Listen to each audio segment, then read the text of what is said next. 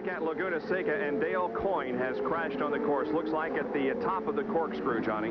Yes, that's one of those things where the car is heavily damaged. In fact, it's broken in half. We'll get a chance to look at it on a replay here to see exactly what did happen.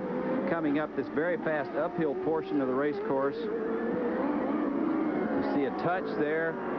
He goes 360 into Tony Bettenhausen. Was behind him there. He backs into the wall. The car breaks in half, and we certainly hope that it was the number 16 car. Tony Bettenhausen has come into the pits to have his car looked at, but most certainly Dale Coyne. Yeah, you can see the front end is knocked completely askew there.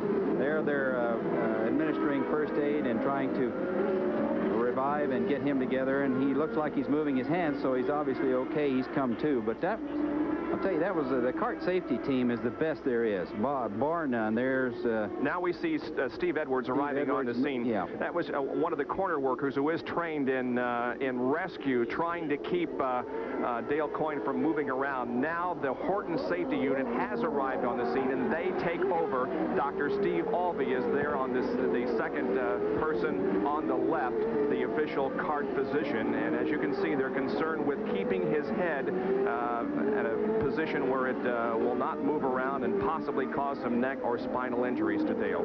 We hope that everything is going to be all right there. Danny Sullivan, as we are under a full course caution at Laguna Seca Raceway on Speed World. The Horton safety team is extracting Dale Coyne from his race car, and Dale's car has been damaged very, very badly. There you can see the rear, at least quarter of the car that was completely torn off when he had impact with the wall after making contact with Tony Bettenhausen. Yes, he made the contact. The car did a 180 and went into the wall backwards, and we can see the end result there. It literally broke the car in half. We'll look at it again here on replay. You can see them coming up the hill. Tony Bettenhausen's on the inside trying to make a pass. Dale Coyne moves over, gets Bettenhausen off of the road. They contact. It bent the front of Bettenhausen's car. There you see Coyne doing a 360, actually, turning and backing into the fence. The car comes in half, and that was a very violent crash. That hit extremely hard.